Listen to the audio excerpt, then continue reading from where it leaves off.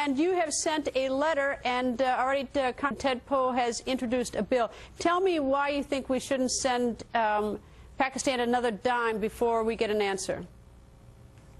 Well, good evening, Greta. And I think that when you look at the situation surrounding Osama bin Laden hiding out there in Abbottabad for now, we've come to understand, for 5 years, you're either dealing with ignorance, incompetence, or some sort of complicit nature. And either of those three, or a combination of all of those three, is definitely not a reason to continue to support Pakistan with the hard-earned American taxpayer dollars. It's not just that also, but we know that Pakistan's president a week ago called Hamid Karzai and admonished him not to go into a long-term security arrangement with the United States, but rather join Pakistan and China.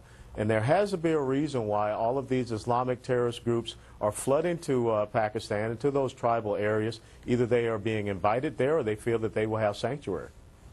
Well, according to the numbers we've gotten, just as sort of a point of reference, in the year 2011, about $3 billion is expected to go to Pakistan. In 2010, it was $3.4 billion. 2009, $3 billion. 2008, $2 billion. So these are substantial sums of money. But I'm curious, Congressman, is that if we were to say not another dime, which is, you know, I certainly can understand everyone's viewpoint not wanting to reward Pakistan after looking the other way at best with bin Laden hiding out there.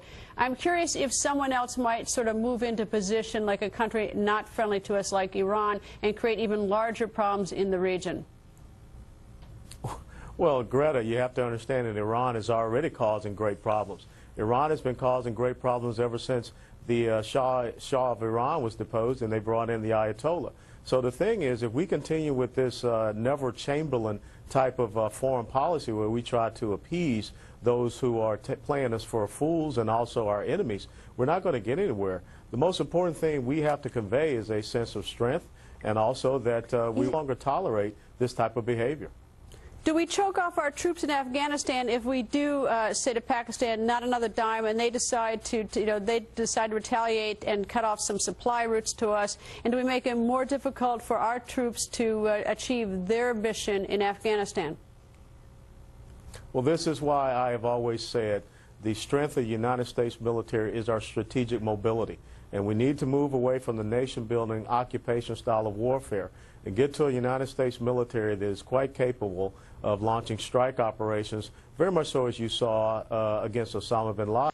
But we need to be able to employ our maritime forces over the horizon, airborne forces, air assault forces that can quickly go in and strike 30 to 45-day duration type of operations and get the heck out of the areas of operation. We've got to take the fight to these enemies in their sanctuaries and use all the means that we have available in our strategic arsenal so that we're not tied down to these logistical supply routes that can be choked off.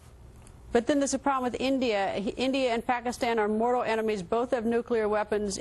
Some have thought that to the extent that we were pouring money into Pakistan, we were putting a lid on them, thereby creating more of a stable situation with Pakistan versus India. Do we risk destabilizing an already unstable situation between those two countries if we pull out our money and lose the extent of any control that we do have in Pakistan? Well, I think that it is already quite an unstable situation.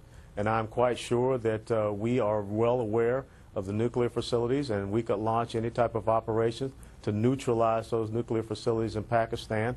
The most important thing that I see is that we cannot continue to send money to people that are not dealing with us fairly. As well, you saw within the last week, Fatah, the Palestinian Authority, has gone into a reconciliation pact with Hamas. And we all know that we send American taxpayer dollars to the Palestinian Authority, and our military trains the Palestinian Authority police as well. Now is the time for some serious assessments and re-examinations of where we are spending our resources in that part of the world. Congressman, thank you, sir. Always a pleasure.